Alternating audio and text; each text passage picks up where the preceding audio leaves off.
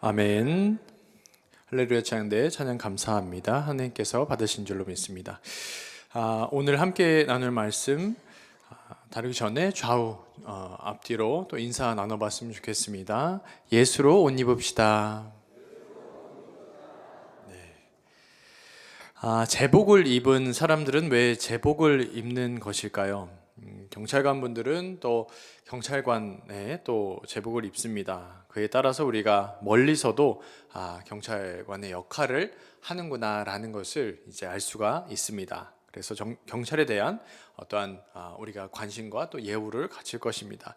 또한 의사분들은 의사에 각자가 맞추어진 가운을 입습니다. 그러면 멀리서도 병원에서 의사분이구나 라는 것들을 우리가 알 수 있습니다. 그래서 우리가 그 직업을 또 알 수 있고 합당하게 병원에서 또 그의 역할과 그에 대한 존중을 하게 되는 것입니다. 또 법원에서 판사분들이 또 법복을 입습니다. 그러면 법원에서 어떤 판결을 내리고 또 그것에 합당하게 어떤 역할을 소임을 담당한다라는 그러한 우리가 마음을 품을 것이고 또 그 판사분들의 판단과 어떤 결정을 우리가 존중할 것입니다. 그래서 어떤 직업이 있다라면 그 직업에 따르는 제복이 또 의미하는 것들이 있을 것입니다.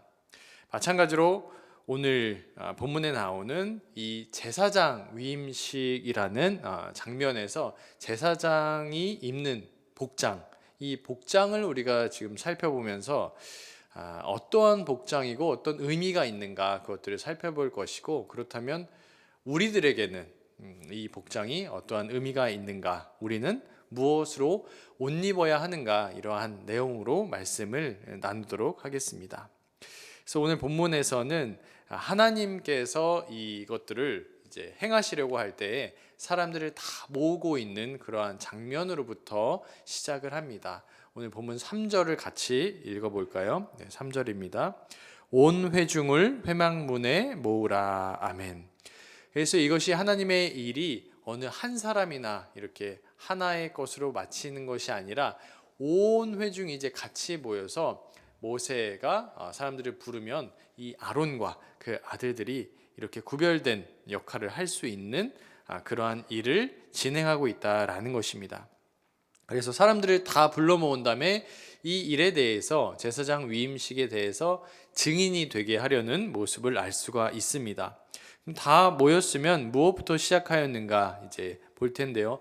6절을 보겠습니다. 6절도 같이 읽어보겠습니다. 모세가 아론과 그의 아들들을 데려다가 물로 그들을 씻기고. 아멘. 그래서 왜 씻을까요?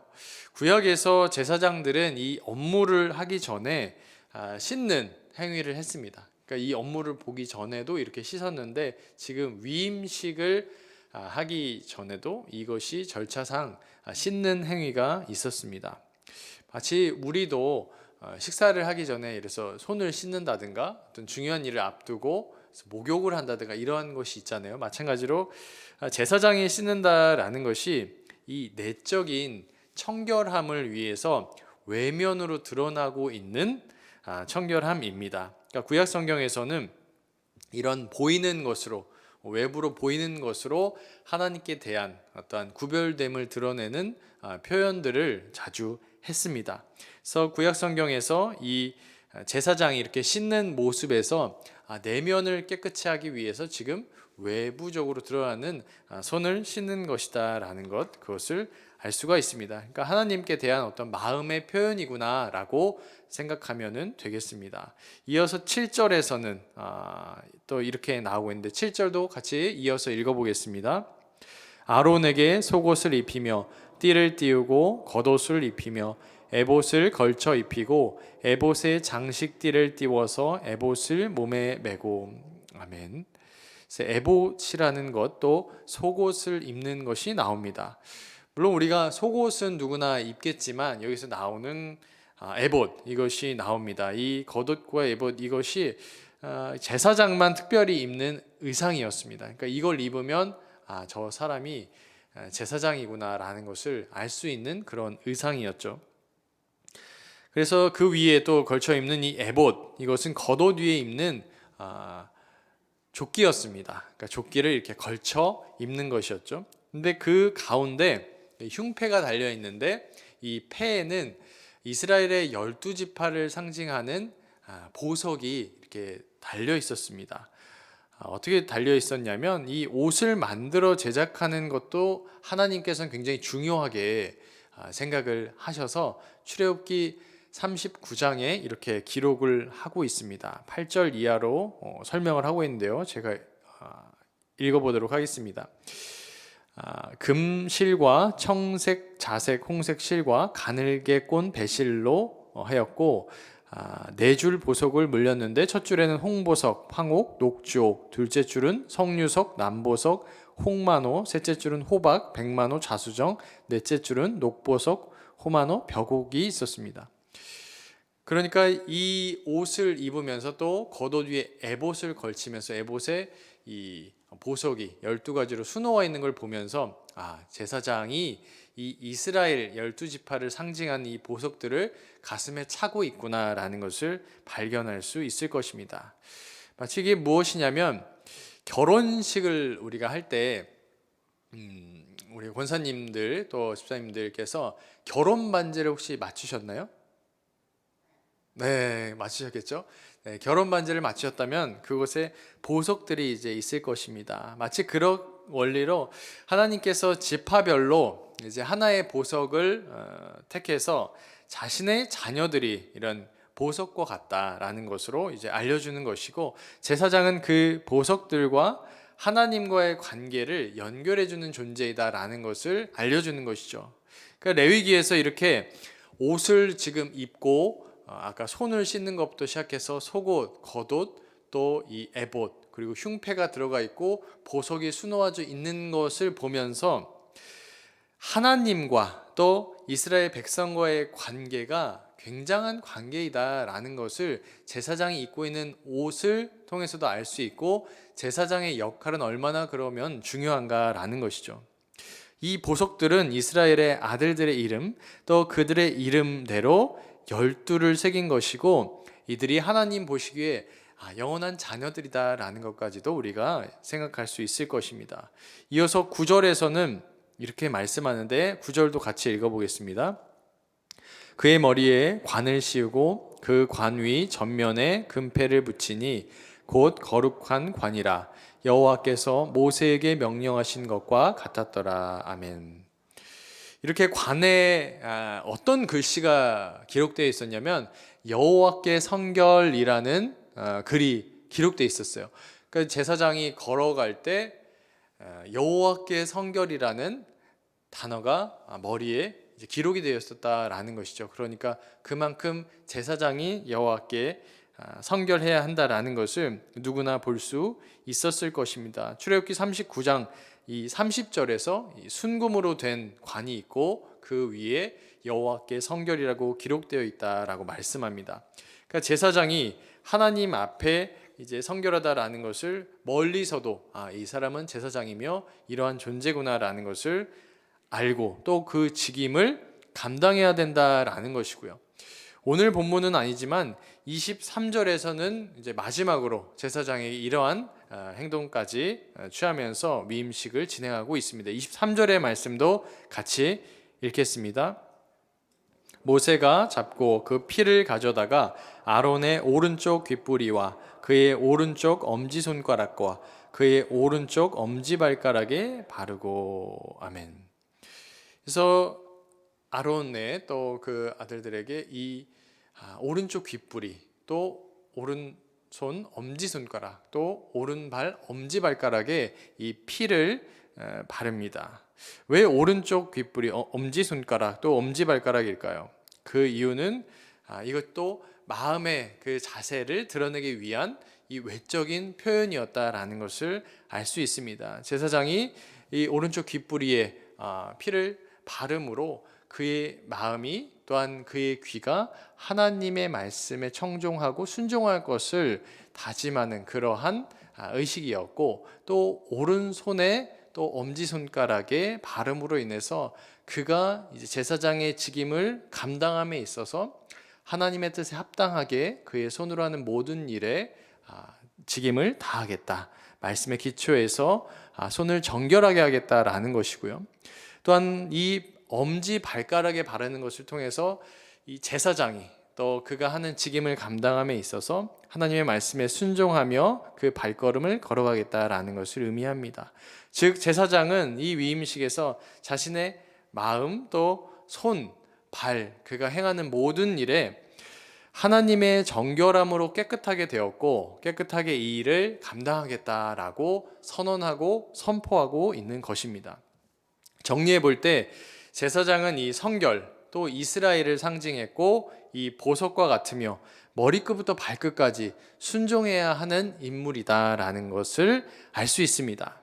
여기까지 이제 성도님들께서 말씀을 들으시면서 제사장 또 나와의 관계 그리고 예수님으로 옷 입으라 이것은 무슨 관계가 있을까 그런 생각이 들 것입니다. 그래서 우리에게 이 아론의 제사장의 임명식 이것이 무슨 연관이 있겠습니까?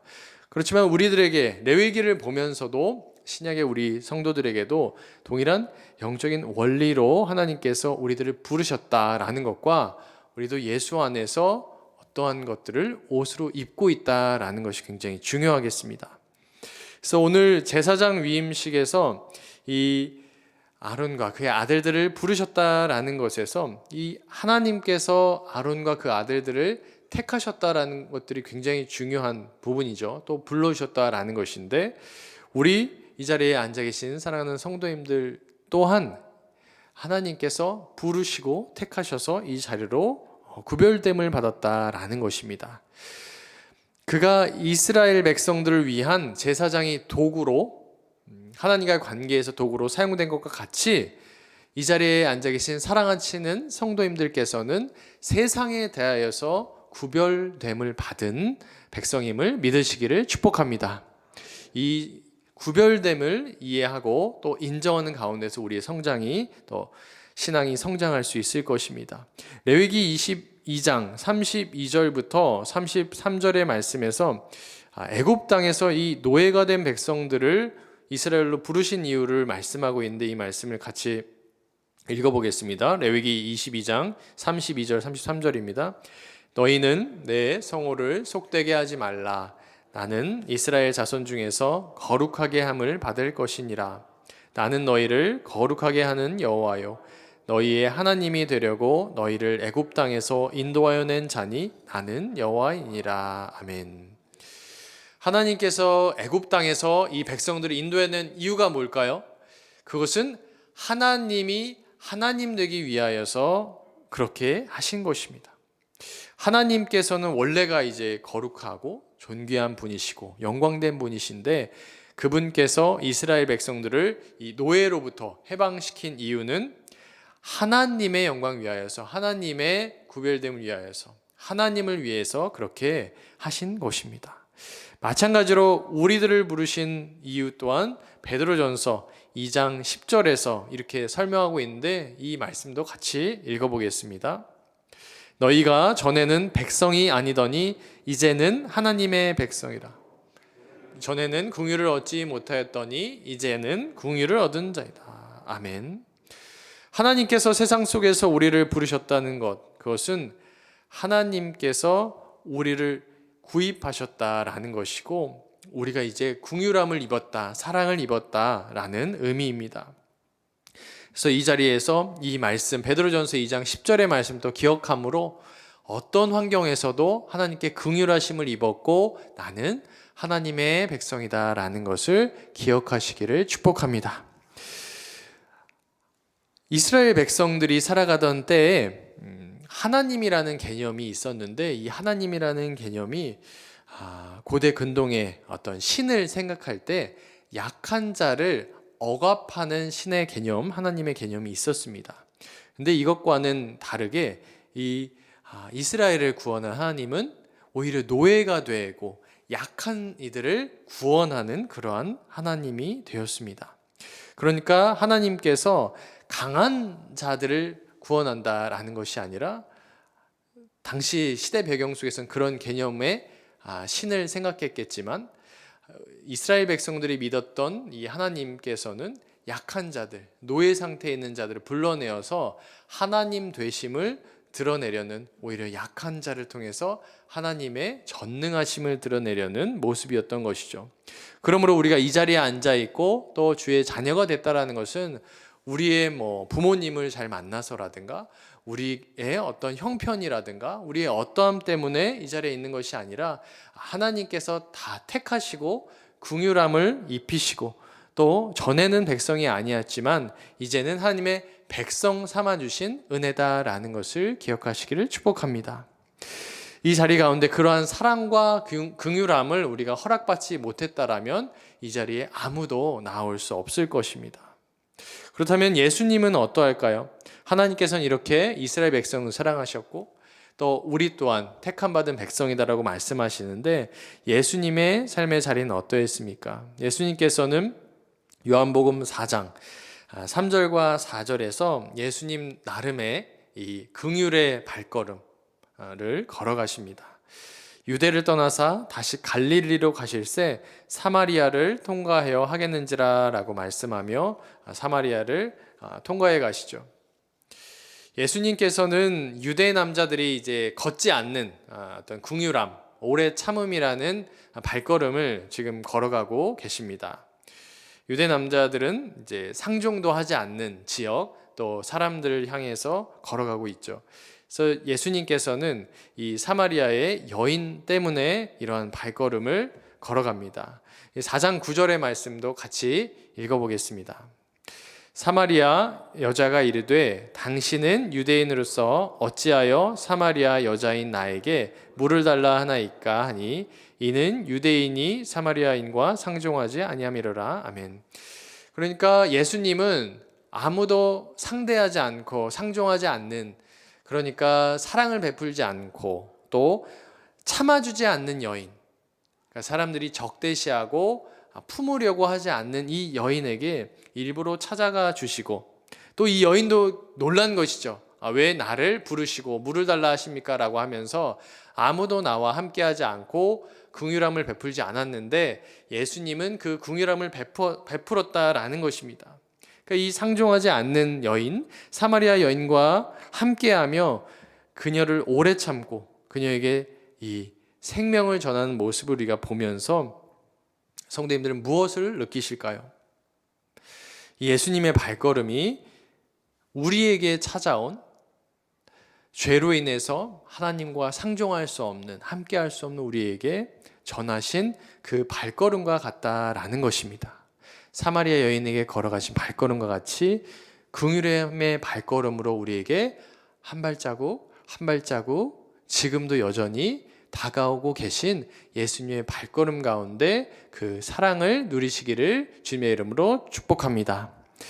구약의 제사장들이 이 외적으로 드러나는 네일을 입고 또 겉옷을 입고 관을 쓰고 이 에봇을 입고 이것을 보면서 그 구별됨을 외적으로 드러냈잖아요. 그러니까 보이는 것이 굉장히 다르니까 사람들이 멀리서 봐도 저 사람이 제사장이구나 라는 것을 깨닫고 또 그것에 합당한 직임을 행할 것을 요청합니다. 그런데 동일한 영적인 원리로 신약의 백성들도 세상 가운데서 우리가 어떠한 옷을 지금 나온 제사장의 옷을 우리가 입지 않고 또 금 왕관을 쓰지도 않았고 흉패나 이런 것이 없지만 우리 또한 세상에서 드러나는 어떠한 것으로 옷 입어야 한다라고 성경에서는 말씀하고 있습니다. 그러므로 우리 신약의 백성들이 그리스도로 옷 입으라라고 명령하고 있습니다. 그것이 굉장히 중요한 것인데요. 그래서 오늘 그리스도로 옷 입으라라는 말씀의 제목이 의미하는 것이 무엇인지 몇 가지로 다뤄보도록 하겠습니다.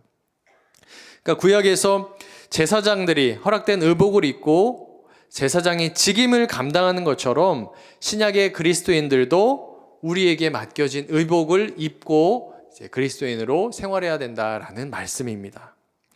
실제로 우리가 길을 걸어갈 때 예를 들어서 구별된 어떤 옷을 따로 준비된 그리스도인이라는 옷을 다 맞춰 입고 이렇게 다니지는 않습니다. 그러나 그리스도인들은 다음의 말씀에서 나오는 내면의 옷, 이 내면의 옷을 입으면 그것이 외적으로도 드러날 수밖에 없을 텐데요. 그것이 무엇인가? 그것은 예수로 옷 입는다라고 말씀하고 있습니다. 우리 데살로니가전서 5장 8절의 말씀 같이 읽도록 하겠습니다. 믿음과 사랑의 호심 앞에서부터 읽겠습니다. 우리는 낮에 속하였으니 정신을 차리고 믿음과 사랑의 호심경을 붙이고 구원의 소망의 투구를 쓰자. 아멘. 제사장이 썼던 금으로 된 관이 있었죠.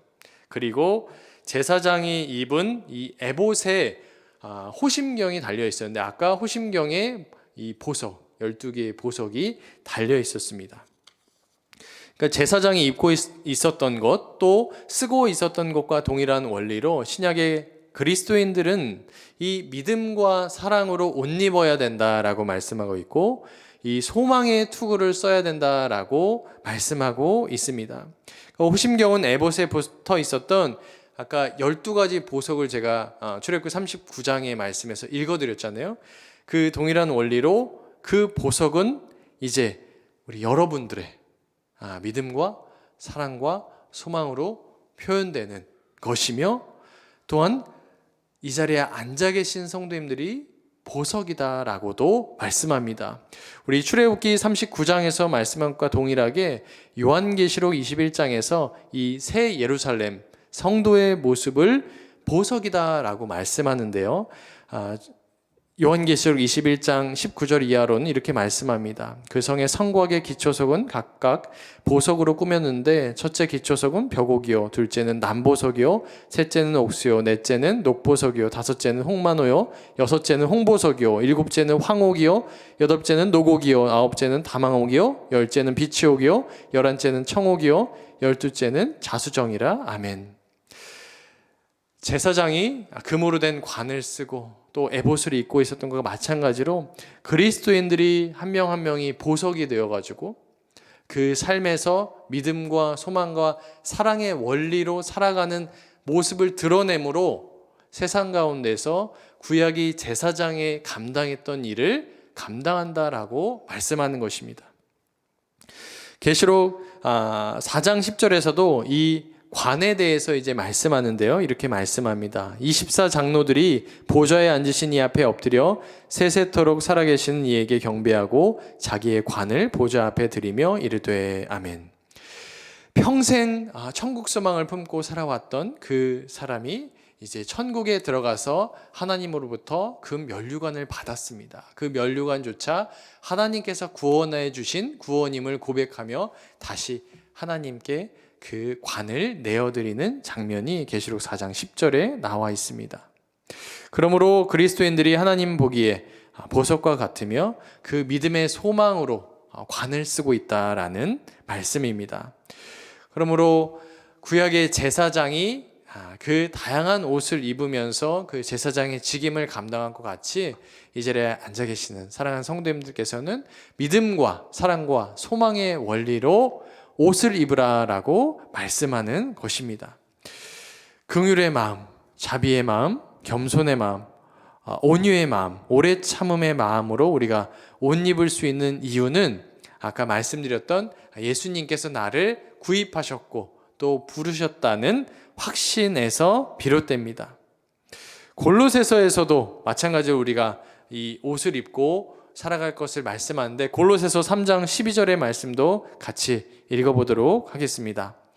그러므로 너희는 하나님이 택하사 거룩하고 사랑받는 자처럼 긍휼과 자비와 겸손과 온유와 오래 참음을 옷 입고 아멘. 골로새서에서도 방금 말씀한 것과 동일한 원리로 사랑과 또 소망과 또 믿음뿐만 아니라 긍휼, 자비, 겸손, 온유, 오래 참음이라는 옷을 입으라라는 것입니다. 그러니까 우리가 보이는 것에 제사장과 같이 어떤 보이는 외투나 금으로 된 관이나 어떤 가슴에 보석이나 어떤 것으로 화려하게 치장하지 않는다고 할지라도 우리 성도임의 성도의 이 드러나는 모습이 세상 가운데서 구별될 수밖에 없는 존재다라는 것을 말씀하는 것이죠. 제사장이 제사장의 역할로 부름받은 것과 같이 그리스도인들은 옛 정욕의 옷을, 탐심의 옷을 벗어버리고 이 긍휼의 옷으로, 자비의 옷으로, 겸손의 옷으로, 온유의 옷으로, 오래 참음이라는 옷으로 바꿔 입으라라는 명령을 이 자리 가운데 하고 계십니다. 그러므로 내가 세상 속에 살고 있을 때 세상에서 우리가 그들 가운데서 긍휼함을 베푸는 자로 부르셨다라는 것을 기억하시기를 주님의 이름으로 소망합니다. 세상의 죄악이나 어떤 거짓말하는 상황에서 또한 우리가 오래 참음으로 또한 그들에게 다가섬으로 예수님을 전하도록 부름받았다라는 것이죠. 또한 겸손이나 온유라는 가치도 세상에서 어떤 사업을 하거나 직장 생활을 하면서 참 무시당할 수 있는 가치라는 생각이 들어요. 오히려 의미 없는 가치라고 여겨질 것입니다. 오히려 반대로 교만하고 나를 뽐내고 드러내고 또 화를 내고 혈기를 내면 저 사람 무서운 사람이다. 저 사람 참 뭔가 있는 사람인가 보다라고 하면서 오히려 존중받을 수 있고 드러낼 수 있는 그러한 것일 것입니다. 그러나 그것이 자연스러운 가치이지만 겸손과 온유, 오래 참음은 세상과 반대되는 가치다라는 말씀입니다. 그러므로 이번 주간에 사랑하는 성도님들께서 누구에게 긍휼을, 오래 참음을 드러내기로 결단하시겠습니까? 지금 이 말씀을 들으시면서 어떤 사람에게 이번 주간에 긍휼을, 오래 참음을 드러낼 것인가 마음으로 결단하시기를 축복합니다. 말씀을 정리합니다. 하나님께서는 이 자리에 앉아 계신 성도님들을 보석이다 라고 말씀합니다. 세상에서 가장 빛나는 보석을 우리가 구입해서 착용하지 않는다라고 할지라도 이 자리에 앉아 계신 모든 성도님들이 하나님 보시기에 언약 백성이고 보석이다, 그렇게 참 빛나고 있다라고 말씀합니다. 마찬가지로 그리스도로 옷 입는다라는 것은 우리가 내면으로부터 이렇게 밝게 빛나는 옷으로 바꿔 입은 것이고, 세상 가운데 어디를 가더라도 우리가 이래서 제사장이 드러나는 옷을 입고 나타난 것처럼 우리가 어느 공간에 가더라도 그만큼 환하게 빛나는 보석과 같이 세상 속으로 들어가는 존재들이다라고 말씀하는 것입니다. 우리 사랑하는 성도님들께서는 누군가의 오래 참음으로 변화된 그러한 사건이 있으신가요? 우리 성도님들께서도 한 부모님의 자녀였을 것입니다. 부모님의 30년, 50년의 오래 참음과 한결같은 사랑과 변함없는 긍휼의 모습으로 이 자리 가운데 있는 줄로 믿습니다. 그러한 오래 참과 한결같은 사랑으로 20년, 30년, 50년을 기다려서도 변하지 않더라도 결국 우리 성도님들도 변화하였듯이 저 또한 변화하였듯이 우리가 만나는 이들마다 과연 이 사람이 변화하고 돌아올까라는 의심이나 또 그러한 마음이 들지라도 우리 또한 변화하였듯이 우리가 만나는 이들마다 긍휼과 사랑을 베풀며 그들과 또한 살아갈 때 그리스도를 전할 수 있는 마음과 또 우리의 마음이 또한 전해짐으로 인하여서 그들의 옛 옷을 벗고 그들 또한 사랑의 옷을 입고 또 믿음의 옷을 입고 소망의 옷을 입게 되는 그러한 놀라운 변화가 일어날 줄로 믿습니다. 우리가 그만큼 오래 참음으로 긍휼함으로 그들을 향해서 기도하고 우리를 향해서 기도할 때 그러한 생명의 역사가 일어날 줄로 믿습니다. 우리 생명의 역사가 일어나기를 주님의 이름으로 축복합니다. 기도하겠습니다. 하나님 앞에 서 있는 우리들이 각자가 예수로 옷 입는 그것이 가장 중요한 일임을 또한 깨닫게 해주심에 감사합니다. 하나님 앞에서 깨끗한 옷, 구별된 옷, 사랑의 옷, 믿음의 옷, 소망의 옷으로 덧입혀 주시옵소서. 만나는 이들마다 긍휼의 마음으로, 안타까워하는 마음으로, 애통하는 마음으로, 오래 참음의 마음으로 그 한 영혼을 구원해낼 수 있는 우리 모든 사랑하는 성도님 될 수 있도록 인도하여 주시옵소서.